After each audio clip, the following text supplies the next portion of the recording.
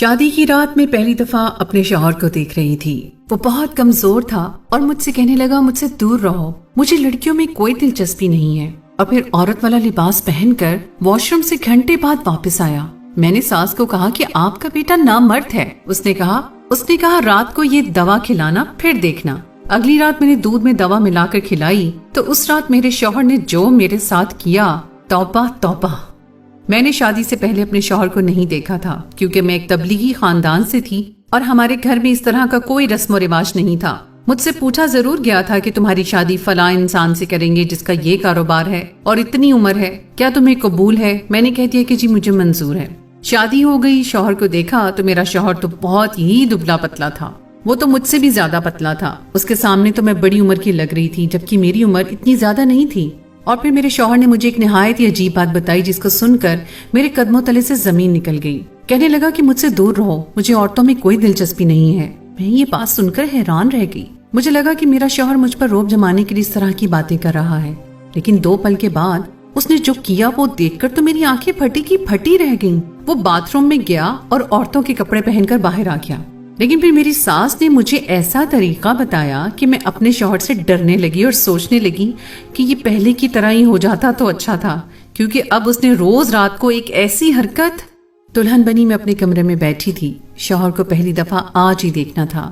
سوچ رہی تھی کہ میرا شوہر کس قسم کا انسان ہوگا، موٹا ہوگا، پتلا ہوگا، لمبا ہوگا یا چھوٹا، دیکھنے میں کیسا لگتا ہوگا، کیسی فطرت ہوگی، مجھ سے عزت سے بات کرے گا یا روب جمانا شروع کر دے گا، کیونکہ میری اس سے بالکل بھی کوئی بات نہ ہوئی تھی۔ آج کل ایسا زمانہ بھی نہیں تھا، کم از کم لڑکا لڑکی ایک دوسرے کو دیکھ تو لیتے ہی تھے، لیکن یہ سب میرے خاندان والوں کی وجہ سے ہوا تھا جو ضرورت سے زیادہ اسلامی اور تبلیغی بنتے تھے، جبکہ میرے والد صاحب کو یہ نہیں پتا تھا کہ یہ سارا اسلام ان کے سامنے ہی دکھایا جاتا ہے۔ جب وہ گھر سے نکل جاتے تو میرے باقی کے بہن بھائی اپنے اپنے موبائل پکڑ کر بیٹھ جاتے، گھر میں گانے بھی چلتے، ٹی وی بھی، میری ماں ڈرامہ بھی دیکھتی تھی۔ بس میرا باپ گھر میں آتا تو سارے ایک کونے میں دبک کر بیٹھ جاتے تھے اور اپنے اس ڈرامے کی نظر مجھے کر دیا، کیونکہ میں تو ابا کے سامنے کچھ بول ہی نہیں سکتی تھی۔ شوہر کمرے میں داخل ہوا تو اسے دیکھ کر حیران رہ گئی۔ میرا شوہر کیا کسی ہاسپٹل سے اٹھ کر آ رہا تھا جس نے 7-8 مہینے کی بیماری کاٹی تھی؟ وہ بالکل ہی پتلا دبلا تھا، لیکن پتلا ہونا ایک الگ بات ہے۔ میرا شوہر بہت زیادہ کمزور تھا۔ یوں تو میرا وزن بھی زیادہ نہیں تھا لیکن میں نارمل تھی، لیکن اب اپنے شوہر کے ساتھ کھڑے ہو کر مجھے موٹی ہی لگنا تھا۔ لوگوں نے کہنا تھا کہ تم اپنے شوہر کی بیوی نہیں بلکہ اس کی بڑی بہن لگ رہی ہو۔ میں تو اپنے شوہر کو دیکھتے ہی نہ جانے کتنی سوچوں میں گم ہو گئی، لیکن جو اس کو اس وقت کرنا چاہیے تھا اس نے بالکل بھی نہیں کیا تھا۔ اس نے نہ تو میری تعریف کی اور نہ ہی میرا گھونگھٹ اٹھانے کی زحمت کی، بس سامنے آ کر بیٹھ گیا، مجھے میرے منہ دکھائی کا تحفہ دے کر کہنے لگا یہ تحفہ تمہارے لیے امی نے لیا تھا۔ میں نے کہا کہ یہ تحفہ آپ نے نہیں لیا؟ تو کہنے لگا کہ نہیں، مجھے کوئی شوق نہیں ہے۔ میں نے اپنے شوہر سے کہا کہ آپ کو اور کن چیزوں کے شوق نہیں ہے؟ میں تھوڑا سا مسکرائی تو ساتھ ہی میرے شوہر نے مجھے ڈانٹ اور کہنے لگا کہ میرے قریب آنے کی کوشش مت کرنا، مجھے تم سے کوئی رشتہ نہیں رکھنا۔ میں نے کہا کہ کیوں، یہ شادی آپ کی مرضی کے خلاف ہوئی ہے کیا؟ تو کہنے لگا شادی اور مرضی کی بات نہیں ہے، مجھے تم سے تو کیا، مجھے کسی سے بھی شادی نہیں کرنی تھی۔ میں نے کہا کہ کیوں، آپ کی شادی کی عمر ہے، پھر آپ نے شادی کیوں نہیں کرنی تھی؟ کہنے لگا کہ تم ایک دن کی دلہن ہو، یہ تمہاری زبان کیسے تلوار کی طرح چل رہی ہے۔ مجھے شادی اس لیے نہیں کرنی تھی، میرے شوہر نے مجھے ایسی وجہ بتائی کہ میں حیران رہ گئی۔ مجھے امید نہیں تھی کہ میرا شوہر مجھے یہ بتا دے گا، وہ بھی شادی کی پہلی رات۔ اس نے کہا کہ مجھے عورتوں میں کوئی دلچسپی نہیں ہے۔ میں یہ بات سن کر حیران رہ گئی۔ میں نے کہا کہ مذاق نہیں کریں، اگر آپ کی کسی کزن نے یا دوست نے آپ کو یہ مذاق کرنے کے لیے کہا ہے تاکہ آپ مجھ پر روب جما سکیں، تو کہنے لگا کہ میرا کوئی دوست نہیں ہے، کیونکہ عام لڑکوں کی طرح میں نہیں ہوں، اس لیے مجھے ان کے ساتھ بیٹھنا اچھا نہیں لگتا۔ میں تم سے مذاق نہیں کر رہا ہوں، بلکہ میں تم سے مذاق نہ کروں اس لیے یہ سب بتا رہا ہوں۔ میں بری طرح رونے لگی، میری ہچکی بن گئی، کیونکہ میں نے آج سے پہلے اس طرح کا منظر کبھی نہیں دیکھا تھا۔ دیکھنا تو دور، میں نے تو سنا بھی نہیں تھا۔ میرا شوہر میرے سامنے کھڑا تھا، لیکن اس کے جسم پر جو کپڑے تھے وہ اس کے نہیں تھے بلکہ کسی عورت کے کپڑے تھے۔ وہ ایک عورت کے لباس میں میرے سامنے موجود تھا، یہاں تک کہ اس نے سر پر وگ بھی لگا رکھی تھی۔ اب تو مذاق کی حد پار ہو چکی تھی۔ کون اپنی شادی کی پہلی رات کو اس طرح کی حرکتیں کرتا ہے؟ میں نے کہا یہ سب کیا ہے؟ تو اس نے کہا یہ حقیقت ہے جو میں نے تمہیں پہلے دن ہی دکھا دی ہے، تاکہ تم اپنے دل میں کوئی امید نہ باندھو اور اس طرح کی کوئی بات نہ سوچو۔ میں ایک نامرد ہوں اور مجھے اس بات پر کوئی دکھ نہیں ہے۔ میرا شوہر تو ایک کے بعد ایک مجھ پر اس طرح کی خبریں گرا رہا تھا کہ میری جگہ کوئی اور لڑکی ہوتی تو شاید اب تک پاگل ہو جاتی، لیکن میں نے کسی طرح خود کو سنبھالا اور کہا کہ آپ مرد ہیں، آپ کو مردوں کی طرح پیش آنا چاہیے، آپ کو اس چیز سے لڑنا ہوگا۔ اس نے کہا کہ ڈاکٹر بننے کی ضرورت نہیں ہے، میں بہت چھوٹا تھا تب سے سب میرے ساتھ ڈاکٹر بنتے ہیں، لیکن پھر مجھے سارے ڈاکٹروں نے جواب دے دیا۔ اس کا مطلب میری ساس کو یہ بات پتا تھی۔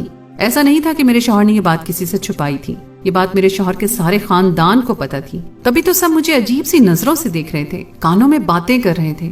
مجھے اتنا تو اندازہ ہوا کہ شاید میرے خلاف بول رہے ہیں، لیکن یہ نہیں پتا تھا کہ وہ دراصل مجھ پر ہنس رہے تھے۔ یہاں پر میرا مجرم میرا شوہر نہیں بلکہ میری ساس تھی، جنہوں نے جانتے بوجھتے اپنے ایسے بیٹے کے ساتھ میری شادی کروا دی، اور اب مجھے ان سے یہ سوال کرنا تھا۔ میں ایک طرف بیٹھ کر رونے لگی، جبکہ میرا شوہر خود کو آئینے میں دیکھتے ہوئے اپنی نکلی بال سنوارتے ہوئے کوئی گانا گا رہا تھا، اور یہ منظر دیکھ کر مجھے الٹی آ رہی تھی۔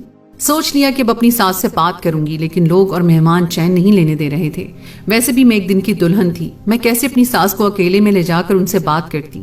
اب تو مجھے سب پر غصہ آ رہا تھا، کیونکہ وہ حقیقت جانتے تھے اور میں یہاں پر بے خبر تھی۔ ایک عجیب بات یہ تھی کہ میرا شوہر لوگوں کے سامنے بہت ہی نارمل طریقے سے بات کر رہا تھا، جیسے وہ ایک نارمل انسان ہے، مرد ہے، اور اس نے نارمل مردوں کی طرح ہی اپنی شادی کا پہلا دن گزارا ہے۔ اپنے دوستوں سے باتیں کر رہا تھا، اپنے رشتہ داروں سے، جبکہ میرے دماغ میں طوفان چل رہے تھے۔ کبھی سوچتی کہ اپنے ماں باپ کو بتا دوں یا ان سب کے سامنے پھٹ پڑوں، لیکن یہ بھی نہیں کر سکتی تھی کہ عزت تو میری ہی داؤ پر لگی تھی۔ بالآخر رات کے ٹائم میں اپنی ساس کے کمرے میں گئی اور میں نے دروازہ بند کر دیا۔ مجھے دیکھ کر وہ سمجھ گئی کہ مجھے سب کچھ پتا چل گیا ہے۔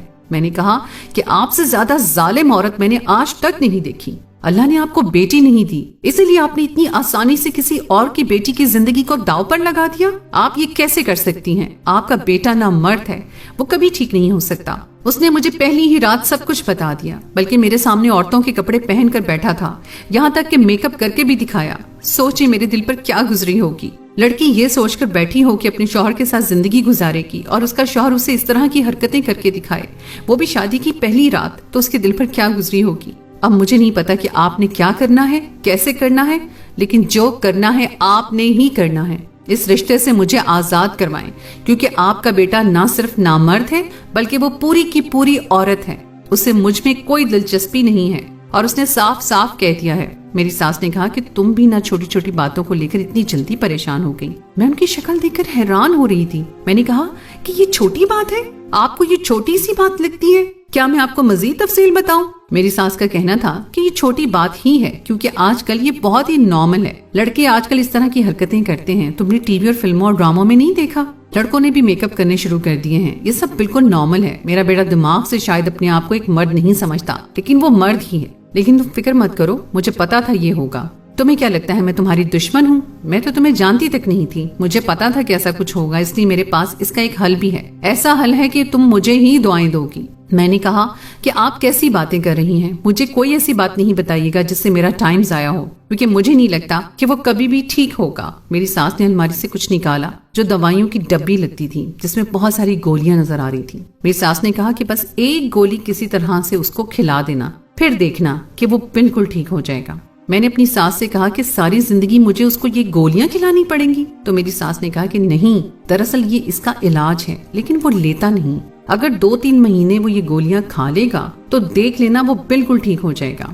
میں کچھ بھی اتنی جلدی نہیں کرنا چاہتی تھی، اس لیے میں نے یہ بات مان لی اور میں نے کہا کہ ٹھیک ہے، آج یہ گولی کھلا کر دیکھ لیتی ہوں کہ کیا ہوتا ہے۔ میں نے اپنے شوہر سے دن بھر اچھے طریقے سے بات کی اور کہا کہ ٹھیک ہے، آپ جیسے بھی ہیں، آپ اپنی دنیا میں رہیں، لیکن میں اچانک سے آپ کی زندگی سے نہیں جا سکتی، اس لیے 2-3 ہفتے کا انتظار کرنا ہوگا، تب تک ہم دوستوں کی طرح رہیں گے، میں آپ کو کچھ نہیں کہوں گی۔ میرے شوہر کا کہنا تھا کہ ٹھیک ہے۔ رات کو چائے پی رہا تھا، میں نے اس کی چائے میں گولی ڈال دی اور میرا شوہر ساری چائے پی گیا، اور میں اس انتظار میں تھی کہ اب کیا ہوتا ہے۔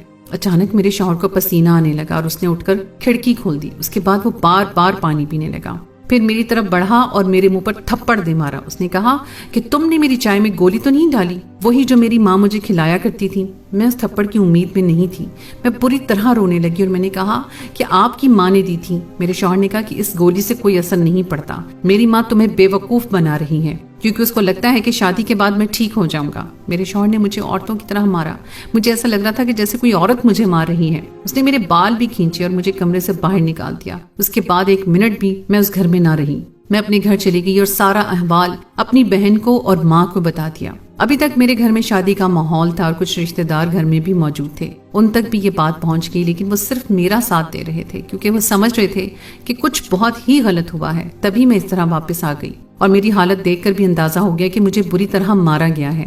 میرے والد صاحب نے کہا کہ ہم آرام سے نہیں بیٹھیں گے. میری ساس کو بھی بلا لیا گیا اور ساری بات سامنے رکھی. میری ساس نے سب کے سامنے جھوٹ بول دیا اور کہا کہ میں نے اس کو کوئی گولی نہیں دی اور میرے بیٹے کو کوئی مسئلہ ہے بھی نہیں, اسی کا کسی اور کے ساتھ چکر ہے, تبھی یہ میرے بیٹے کو بدنام کر رہی ہے. لیکن میرے ماں باپ کو مجھ پر بھروسہ تھا. ان کو سمجھ آ گئی کہ یہ عورت جھوٹ کہہ رہی ہے. ہم نے اسی ٹائم یہ فیصلہ کر لیا کہ میں اس کے ساتھ نہیں رہوں گی.